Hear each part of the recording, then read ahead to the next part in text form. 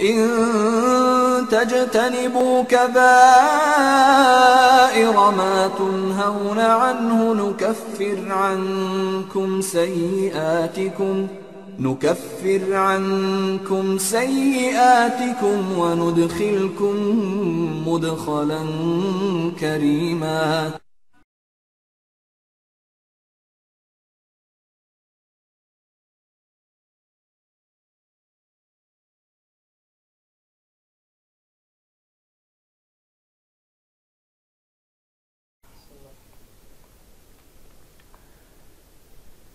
أعوذ بالله من الشيطان الرجيم. بسم الله الرحمن الرحيم.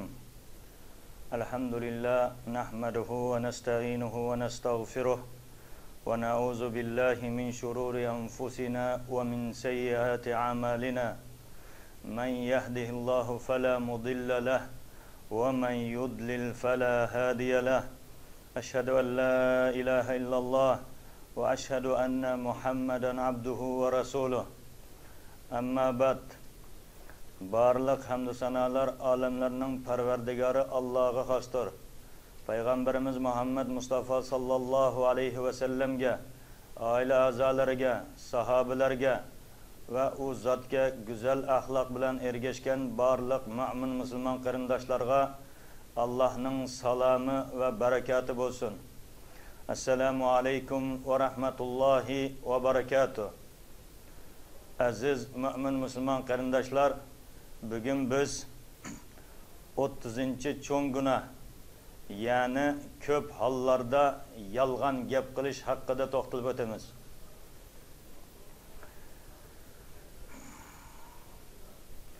Alloh taolo Qur'oni Karimda mundoq deydi: A'udzu billahi minash shaytonir rojim. Bismillahirrohmanirrohim. Qutilal kharrasun. Yani kazzablarga lanet bo'lsin dedi. Yani yalgan gap qiladigan insonlarga Allohning la'nati bo'lsin dedi.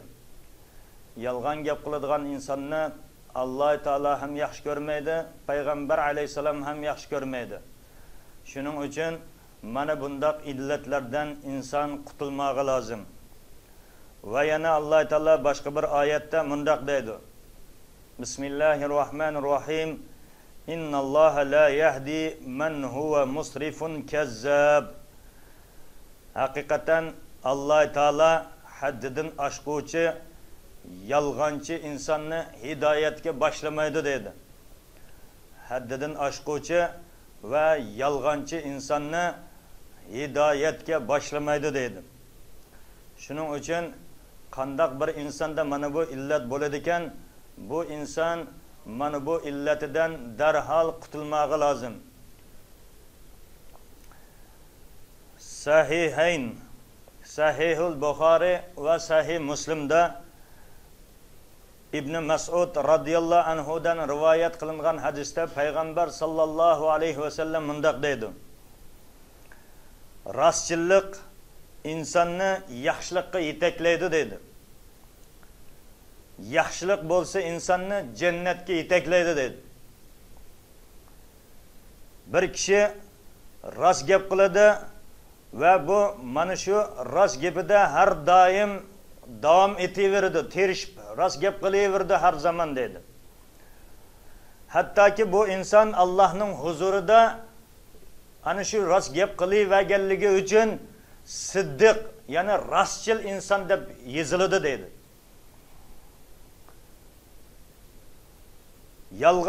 Yalgan bo'lsa insonni gunohga yetaklaydi dedi. Gunoh esa insonni do'zaxga yetaklaydi dedi. Bir inson yalgan gapni qilaverdi va yalgan gap qilishga terishaverdi, harakat qilaverdi. Oxir oqibatda bu inson Allohning huzurida yalg'onchi degan nom bilan nomlanadi dedi. Shuning uchun aziz qarindoshlar, mu'min musulmon inson har doim rost gap qilishga odatlanmog'i lozim. Chunki bu rost gapning o'zi ibodatdir. Va payg'ambar alayhisalom yana sahih hadislardan birida mundoq dedi: Ayatul munafiqi thalathun va in salla va sama va za'ama annahu muslim. Yani munafiqning alomati 3'tir dedi. Vaholanki o namoz o'qisa ham, ro'za tutsa ham va men musulmonman deb da'vo qilsa ham, u munafiqning alomati 3'tir dedi. Birinchisi, gap qilganda yolg'on gap qiladi dedi. Va'da qilsa, ikkinchisi va'da qilsa, va'dasiga vafo qilmaydi dedi.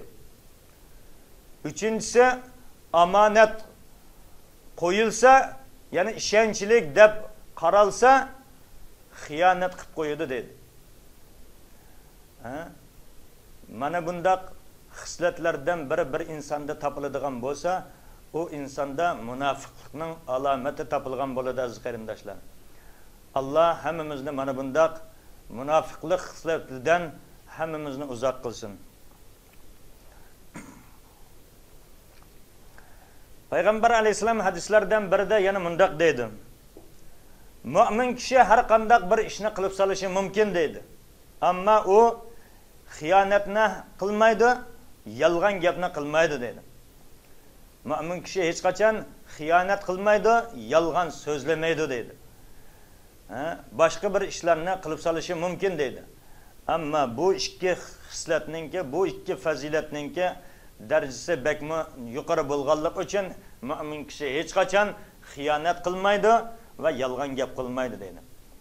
Masalan, bir inson o'z vaqtida bir insonga bir insonningki mol mulkiga bir inson xiyonat qilib qo'ydi va kunlarning birida bu inson mana bu insonga o'zining mol mulkini amonat qilgan bo'lsa, sen oldin mening mol mulkimga xiyonat qilgan eding-ku, hamda sening mening qo'limga tushdi, men ham sening molingni yeb olaman deb xiyonat qilishiga hargizmi bo'lmaydi. İslamning mana bundaq alohidliklari bor aziz qarindoshlar. Boshqa bir inson xiyonat qildi deb biz o insonga xiyonat qilsak hargizmi bo'lmaydi. Chunki mu'min musulmonlarning sifati bu emas. Payg'ambar alayhisalom hadislardan birida aytganki, gumondan saqlaninglar dedi. Chunki gumon yolg'onlarning eng cho'ngidir dedi. Jamiyatda ko'plagan insonlar oddiy bir ish bo'lib bo'g'ichi yomon gumonga boradi. Birodar haqida, qarindoshi haqida darhol yomon gumonlarni o'ylaydi. Mana bundaq narsa islomda cheklangan narsa aziz qarindoshlar. Biz boshqa birodarimiz haqida har zaman yaxshi gumonda bo'lishimiz, yomon gumondan uzoq turmag'imiz lozim aziz qarindoshlar. Va Payg'ambar alayhisalom hadislardan birida yana mundaq deydi. Salasatun la yukallimuhumullahu va la yanzuru ilayhim yawmal qiyamah va la yuzakkihim va lahum azabun alim dedi. Üç türlük insan var. Allah Teala o insanga qiyomat kuni nazar ham solmaydi, qarab mı qo'ymaydi dedi. Va o insonni gunohidan poklamaydi dedi. Va o insonlar uchun bakma qattiq azob bordir dedi. Ularning birisi shayxun zanin dedi. Qirg'anligiga qaramasdan zina qiladigan inson dedi. Qirib qolganligiga qaramasdan zina bilan mashg'ul bo'ladigan inson. Ya'ni Allohga tavba qilishning o'rniga mana shunda qabih ishlar bilan shug'ullanadigan zinaxo'r inson dedi. Qari zinaxo'r inson dedi. İkincisi ve melikun kezzab, yalgan padişah dedi. Men padişahman dedi de halkıga va'dalarini beradi, ama bu va'daning hech qaysisining huddisidan chiqmaydi. Vaholanki o inson xalqiga yaxshilik qilaman desa, qo'lidan kelgancha yaxshilikni qilishga qurbi yetishi mumkin. Ammo podshoh bo'lib olgandan keyin xalqiga zulm qilish, rahm qilmasdan har xil ishlar bilan o'z xalqini azoblaydigan, zulm qiladigan podshohlar afsuski hayoti dunyomizda bakmi ko'p. Mana bundaq yolg'onchi podshohga qiyomat kuni Alloh taolo nazar ham solmaydi dedi. O insonning hayoti dunyoda qilgan gunohini paklab ham qo'ymaydi dedi.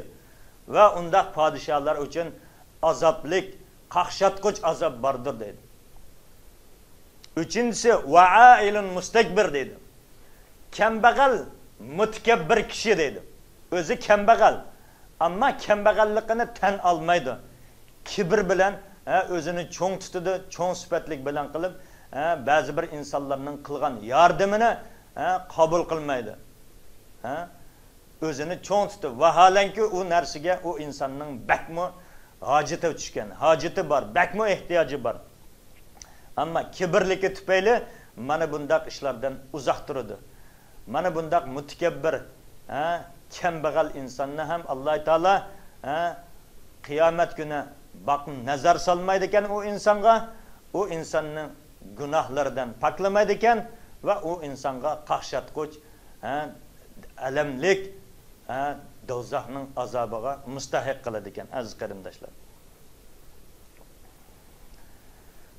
Shuning uchun biz Alloh taologa tavba qilishimiz va har doim Alloh taolodan ey Robbim rast gap qiladigan insonlar jumlasidan qilgin, yolg'on gap qilishimdan o'zing asrag'in deb Allohga yalvarishimiz, Allohdan duoda bo'lishimiz lozim aziz qarindoshlar.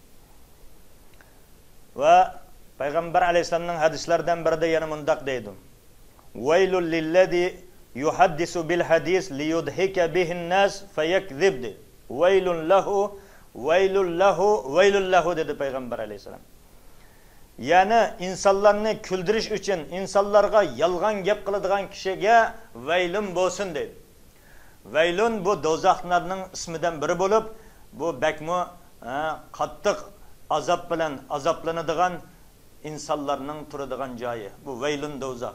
Mana shundaq vaylun do'zax bo'lsin andaq kishilarga, yani insanlarni küldürüş için yalgan gap qilib insanlarni küldürüş için yalgan gap qiladigan insonlarga vaylun do'zax bo'lsin dedi payg'ambar alayhisalom. Shuning uchun kuldiraylik deb kuldiradigan taqdirda ham insonlarni rast gap bilan, haqiqat bilan insonlarning ko'nglini ilish lozim.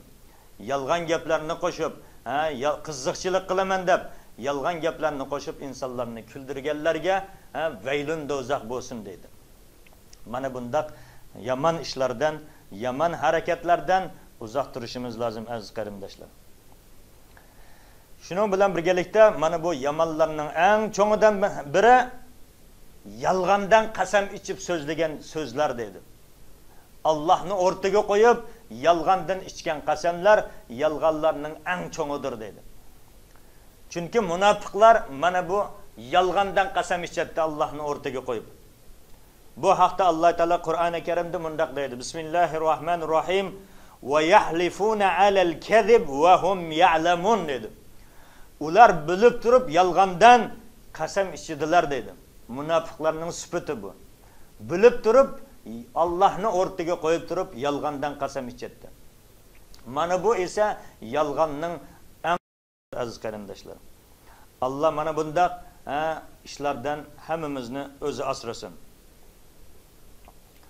Va yana sahih hadislardan birida payg'ambarimiz Muhammad Mustafa sallallohu alayhi va sallam mundaq deydi: Üç türlük insonga Alloh taolo so'z ham qilmaydi deydi. Ularni gunohlardan poklamaydi deydi. Ular uchun alamlik azob bordir deydi. Ular kimlar? Birinchisi, bir insonning yonida ortiqcha suv bor deydi. Ammo u o'tib ketayotgan musofirlarning ichidan man qiladi, to'sib qo'yadi. Ya'ni o'tib ketayotgan ehtiyojli insonlarga suv bermaydi deydi. Mana bundaq insonga qiyomatda qahshatquch azob bordir deydi. Ikkinchisi, shunda bir inson o'zining melini boshqa bir insonga yolg'on qasam ichish orqali sotadi deydi. Men buni manchiga olgan edim deb sotadi va olgan oladigan kishini o'zining bu so'ziga ishontiradi deydi. Shuning bilan u inson ishonganlik uchun mana bu insonning melini setib oladi. Ha, bu rost gap qilyapti degan ma'noda u insonning melini setib oladi deydi. Vaholanki bu inson u insonga rost gap qilmagan edi. Uning gapi yolg'on edi deydi. Yana bundaq bu tijoratchilar uchun tijoratchilarga tegishlik, ammo bular bir narsaning narxini aytadigan bo'lsa, aslida aytmaslik kerak, ammo aytishga to'g'ri keladigan bo'lsa, haqiqatan ham olgan narxini aytish lozim. 5 liraga olgan narsani 10 liraga olgan edim, shu 10 liraga sotaman deb yolg'ondan gap qilib, narxini aytib, Allohni o'rtaga qo'yib qasam ichib, mana bunday qiladigan bo'lsa, uning bu tijorati haromga aylanib ketadi aziz qarindoshlar. Shuning uchun mana bunday narsalarga diqqat qilmoq lozim. Uchinchisi, bir inson o'zining rahbariga bay'at qildi deydi. Faqat dunyolik uchun bay'at qilgan edi deydi.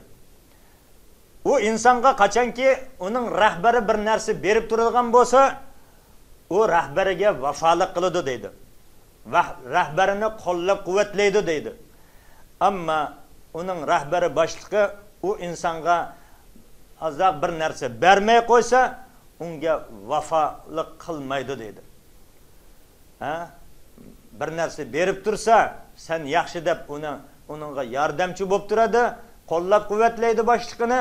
Agar bir narsa bermaydigan bo'lsa, bermay qolsa, darhol uni yomonlaydi, uningga vafolik qilmaydi.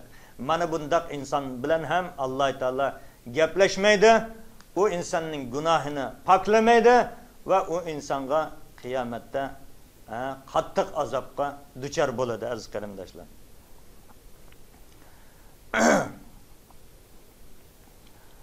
Shuning uchun musulmon kishi o'zining tilini har doim saqlash lozim. Tiliga ega chiqish lozim. Bu til faqat va faqat foydali narsalarni so'zlash uchun Alloh taolo mu'min musulmonlarga bergan. Shuning uchun bu tildan gap qilganda, so'z qilganda bakmi diqqat qilmog'imiz lozim aziz qarindoshlar.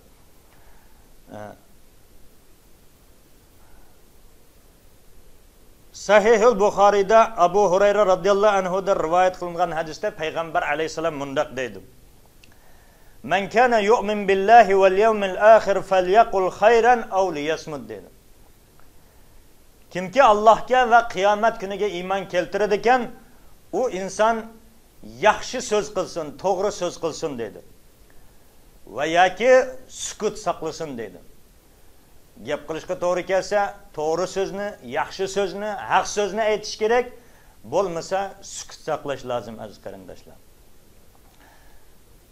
Og'zim bor deb har xil gaplarni qilaversak, mana bu tildan biz so'rilamiz qiyomatda. Mana bu til bizni ya jannatga yetaklab boradi, yoki bo'lmasa do'zaxga yetaklab boradi aziz qarindoshlar. Abu Musa radhiyallohu anhu kunlarning birida payg'ambar alayhisalomdan "Ya Rasululloh" dedi. "Qandoq musulmon afzaldir?" deb so'radi. Shunda payg'ambar alayhisalom aytdi ekanki, "Man salimal muslimuna min lisani va yadi." Musulmonlarni o'zining qo'li bilan va tili bilan saqlab qolgan musulmon eng yaxshi musulmondir deb javob berdi. Shuning uchun biz bizning qo'limizdan haqiqatan biz mu'min musulmon deb da'vo qilar ekanmiz, bizning qo'limizdan boshqa bir insonga zarrachilik, azor yetmasligi kerak aziz qarindoshlar.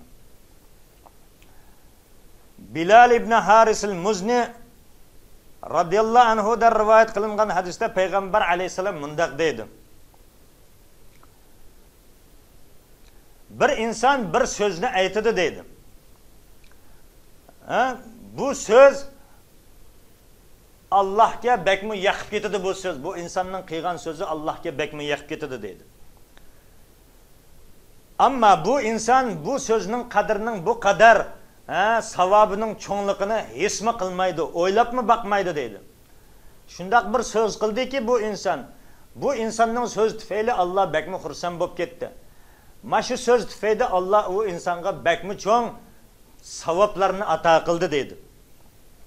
Hattoki mana shu so'z tufayli u inson Allohning roziligiga erishdi qiyomat kunida deydi. Qiyomat kuni Alloh bilan yo'liqqanda mana shu so'z tufayli u inson Allohning roziligiga erishdi deydi. Ba'zi bir inson bu yaxshi so'zning bu qadar nimaligini bilmasdan bir yaxshiliklarni qiladi. Bu so'zi tufayli u inson Allohning roziligiga erishadi deydi. Va yana bir inson bor, bir so'zni aytadi deydi. Mana shu so'z Allohning g'azabiga, mana shu so'z tufayli u inson Allohning g'azabiga yo'liqadi deydi.